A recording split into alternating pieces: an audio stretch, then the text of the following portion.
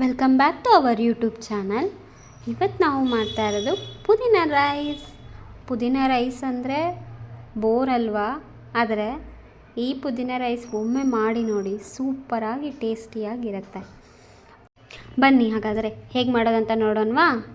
ಒಂದು ಬಾಣಲೆಗೆ ಎಣ್ಣೆ ಹಾಕಿ ಎಣ್ಣೆ ಕಾಯೋವರೆಗೂ ಬಿಡಿ. ಅದಾದಮೇಲೆ ಒಂದು ಸ್ವಲ್ಪ ಉದ್ದಿನಬೇಳೆ ಹಾಕಿ ಅದನ್ನು ಚೆನ್ನಾಗಿ ಗೋಲ್ಡನ್ ಬ್ರೌನ್ ಬರೋ ಹಾಗೆ ಫ್ರೈ ಮಾಡ್ಕೋಬೇಕು. ಅದಕ್ಕೆ ಒಂದು 3 ಮೆಣಸಿನ್ಕಾಯಿ, ಹಸಿ ಮೆಣಸಿನ್ಕಾಯಿ ತಗೊಂಡಿದ್ದೀನಿ ನಾನು. ನೀವು ಖಾರ ನೋಡಿಕೊಂಡು ನಿಮಗೆ ಯಾವ ರೀತಿ ರುಚಿಗೆ ಎಷ್ಟು ಖಾರ ಬೇಕೋ ಅಷ್ಟು ಮೆಣಸಿನ್ಕಾಯಿ ತಗೊಂಡು ನೋಡ್ಕೊಳ್ಳಿ. ಹಾಗೆ ಅದಕ್ಕೆ ಸ್ವಲ್ಪ ಬೆಳ್ಳುಳ್ಳಿ, ನಾನು 1 ಗಡ್ಡೆ ಬೆಳ್ಳುಳ್ಳಿ ತಗೊಂಡಿದ್ದೇನೆ. ನೀವು ನೋಡಿಕೊಂಡು ನಿಮಗೆ ಎಷ್ಟು ಬೇಕೋ ಅಷ್ಟು ಬೆಳ್ಳುಳ್ಳಿ ತಗೊಳ್ಳಿ. ಹಾಗೆ ಒಂದು ಎಳೆ ಕರಿಬೇವು ಹಾಕಿ ಫ್ರೈ ಮಾಡಿದ್ದೇನೆ. ಪುದೀನ ಬಂದು ನಾನು ಫುಲ್ಲು 1 ಕಟ್ಟು ತಗೊಂಡಿದ್ದೇನೆ. ನಾನು ಮಾಡ್ತಿರೋದು 3 ಜನಕ್ಕೆ, ಸೊ ಹಾಗಾಗಿ 1 ಕಟ್ಟು ಪುದೀನ ಫುಲ್ ತಗೊಂಡಿದ್ದೇನೆ. ನೀವು ಇದನ್ನೇ ನಿಮ್ಮ ಮನೇಲಿ ಎಷ್ಟು ಜನ ಇದ್ದಾರೆ ನೋಡಿಕೊಂಡು ನಿಮಗೆ ಹೆಚ್ಚಿಗೆ ಪ್ರಮಾಣದಲ್ಲಿ ಬೇಕಿದ್ದರೆ 2 ಕಟ್ಟು 3 ಕಟ್ಟು ಈ ಥರ ನಿಮಗೆ ನೋಡಿಕೊಂಡು ನೀವು ಪುದೀನ ಹಾಕ್ಕೊಳ್ಬೋದು. ಹಾಕ್ಕೊಂಡು ಚೆನ್ನಾಗಿ ಫ್ರೈ ಮಾಡ್ಕೋಬೇಕು. ನೋಡಿ, ನಾನು ಆವಾಗಲೇ ತೊಗೊಂಡಿರೋ 1 ಕಟ್ಟು ಪುದೀನ ಎಷ್ಟೊಂದಿತ್ತು. ಇವಾಗ ಫ್ರೈ ಮಾಡಿದ್ಮೇಲೆ ನೋಡಿ ಎಷ್ಟು ಚಿಕ್ಕದಾಯಿತು ಅಂತ. ಸ್ವಲ್ಪನೇ ಇಡೋದು, ಅಷ್ಟು ಚೆನ್ನಾಗಿ ನಾವು ಫ್ರೈ ಮಾಡಬೇಕು. ಅದಾದಮೇಲೆ ಹುಣಸೆ ರಸನ ನಾನು 3 ಸ್ಪೂನ್ ಹುಣಸೆ ರಸ ಹಾಕ್ಕೊಂಡಿದ್ದೀನಿ. ಹಾಕ್ಕೊಂಡು ಮತ್ತೆ ಫ್ರೈ ಮಾಡಿಕೊಂಡು ಇದನ್ನು ಫ್ರೈ ಆದಮೇಲೆ ನಾವು ಮಿಕ್ಸಿ ಜಾರಿಗೆ ಹಾಕ್ಕೊಂಡು ಪೇಸ್ಟ್ ಮಾಡ್ಕೊಳ್ಳಿ. ನೀರು ಹಾಕೋದು ಬೇಡ, ಅದನ್ನಷ್ಟೇ ಹಾಕಿ ಪೇಸ್ಟ್ ಮಾಡ್ಕೊಳ್ಳಿ. ಇದು ಮಾಡೋದ್ರಿಂದ ಚಿಕ್ಕ ಮಕ್ಕಳು ಕೂಡ ತುಂಬ ಈಸಿಯಾಗಿ ತಿಂತಾರೆ.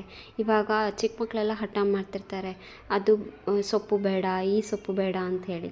ಆವಾಗ ನಾವು ಈ ಥರ ಪೇಸ್ಟ್ ಮಾಡಿ ಕೂಡ ಅವರಿಗೆ ತಿನ್ನಿಸ್ಬೋದು. ತುಂಬಾ ಟೇಸ್ಟಿಯಾಗಿ ಕೂಡ ಇರುತ್ತೆ.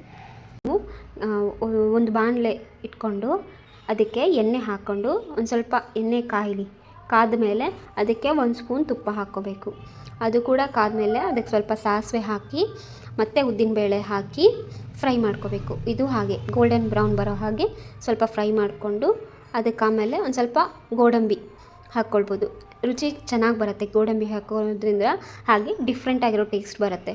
ಮಕ್ಕಳಿಗೆ ಕೂಡ ಹೆಲ್ದಿ ಆಗಿರೋದು, ಹಾಗೆ ತುಂಬ ಟೇಸ್ಟಿ ಆಗಿರೋದ್ರಿಂದ ಮಕ್ಕಳು ಕೂಡ ಇಷ್ಟಪಟ್ಟು ತಿಂತಾರೆ. ಅದಾದಮೇಲೆ ಕರಿಬೇವು ಹಾಕ್ಕೊಳ್ತೇನೆ ಒಗ್ಗರಣೆಗೆ. ಅದನ್ನು ಫ್ರೈ ಮಾಡಿಕೊಂಡು ಅದಾದಮೇಲೆ ಈರುಳ್ಳಿ ಹಾಕ್ಕೊಳ್ತಾ ಇದ್ದೇನೆ.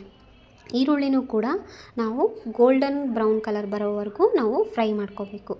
ಇದು ಈರುಳ್ಳಿನ ಸ್ವಲ್ಪ ಚೆನ್ನಾಗೇ ಫ್ರೈ ಮಾಡ್ಕೋಬೇಕು, ಹಸಿ ವಾಸನೆ ಕೂಡ ಹೋಗಬೇಕು. ಹಾಗೆ ಅದಕ್ಕೆ ಸ್ವಲ್ಪ ಉಪ್ಪು ಹಾಕ್ಕೊಂಡು ರುಚಿಗೆ ತಕ್ಕಷ್ಟು, ನಿಮಗೆ ಎಷ್ಟು ಬೇಕೋ ಅಷ್ಟು ರುಚಿ ನೋಡಿಕೊಂಡು ನೀವು ಉಪ್ಪು ಹಾಕ್ಕೊಳ್ಳಿ. ಅದಾದಮೇಲೆ ಪೇಸ್ಟ್ ಮಾಡಿ ಇಟ್ಕೊಂಡಿರ್ತೀವಲ್ಲ, ನಾವು ಮುಂಚೆನೇ ಒಂದು ಮಸಾಲೆ ನಾನು ನಿಮಗೆ ಹೇಳಿದೆ ಪೇಸ್ಟ್ ಮಾಡಿಟ್ಕೊಳ್ಳೋಕ್ಕೆ, ಆ ಪೇಸ್ಟ್ನ ಇದಕ್ಕೆ ಸೇರಿಸಿ ಮತ್ತೆ ಒಂದು ಸ್ವಲ್ಪ ಫ್ರೈ ಮಾಡಿ. ಅದು ಹೇಗೂ ನಾವು ಫ್ರೈ ಮಾಡಿರೋದ್ರಿಂದ ಹಸಿ ವಾಸನೆ ಇರೋದ್ರಿಲ್ಲ. ಸೊ ಹಾಗಾಗಿ ಫ್ರೈ ಮಾಡಿ 1-2 ನಿಮಿಷ ಮಾಡಿಕೊಂಡು ತಕ್ಕೊಂಡು ಇದಕ್ಕೆ ಅನ್ನ ಹಾಕಿ ಕಲಿಸ್ಕೊಳ್ಬೇಕು ಚೆನ್ನಾಗಿ. ಇಲ್ಲಿ ನೋಡ್ಕೊಳ್ಳಿ, ನಿಮಗೆ ಇನ್ನೂ ಸ್ವಲ್ಪ ಉಪ್ಪು ಬೇಕಂದರೆ ಸೇರಿಸ್ಕೋಬೋದು, ಇಲ್ಲಾಂದರೆ ಇದೇ ಕರೆಕ್ಟಾಗಿರುತ್ತೆ. ನೋಡಿದ್ರಲ್ವಾ ಎಷ್ಟು ಚೆನ್ನಾಗಿದೆ ಫ್ರೆಂಡ್ಸ್? ನೋಡಿ ಎಷ್ಟು ಚೆನ್ನಾಗಿ ಗ್ರೀನ್ ಕಲರ್ ಇದೆ.